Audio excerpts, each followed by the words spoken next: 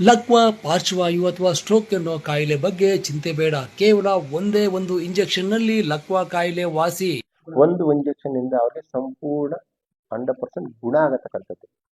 Stroke ಹೊಡೆದ 4.5 ಗಂಟೆಗಳ ಅವಧಿಯಲ್ಲಿ ಆಸ್ಪತ್ರೆಗೆ ಸೇರಿ ಒಂದೇ ಒಂದು ಇಂಜೆಕ್ಷನ್ ಪಡೆದುಕೊಂಡ್ರೆ ಸಾಕು, ನೀವು ಸಂಪೂರ್ಣವಾಗಿ ಲಕ್ವಾ ಕಾಯಿಲೆಯಿಂದ ಗುಣಮುಖರಾಗಬಹುದು.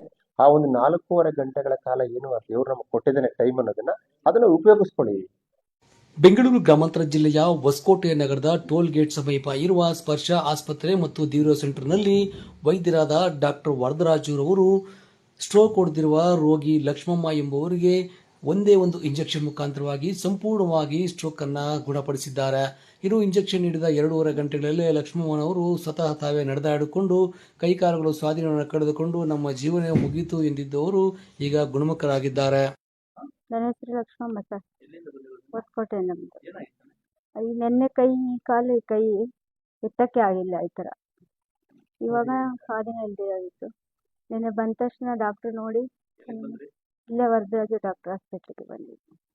ಇಂಜೆಕ್ಷನ್ ಹಾಕಿದ್ರು. ಇವಾಗ ಪರವಾಗಿಲ್ಲ, ಎಲ್ಲ ಮಾಡ್ತೇನೆ. ತುಂಬ ಚೆನ್ನಾಗಿ ನೋಡಿಕೊಂಡ್ರು ಡಾಕ್ಟ್ರು. ಆಗುತ್ತೆ.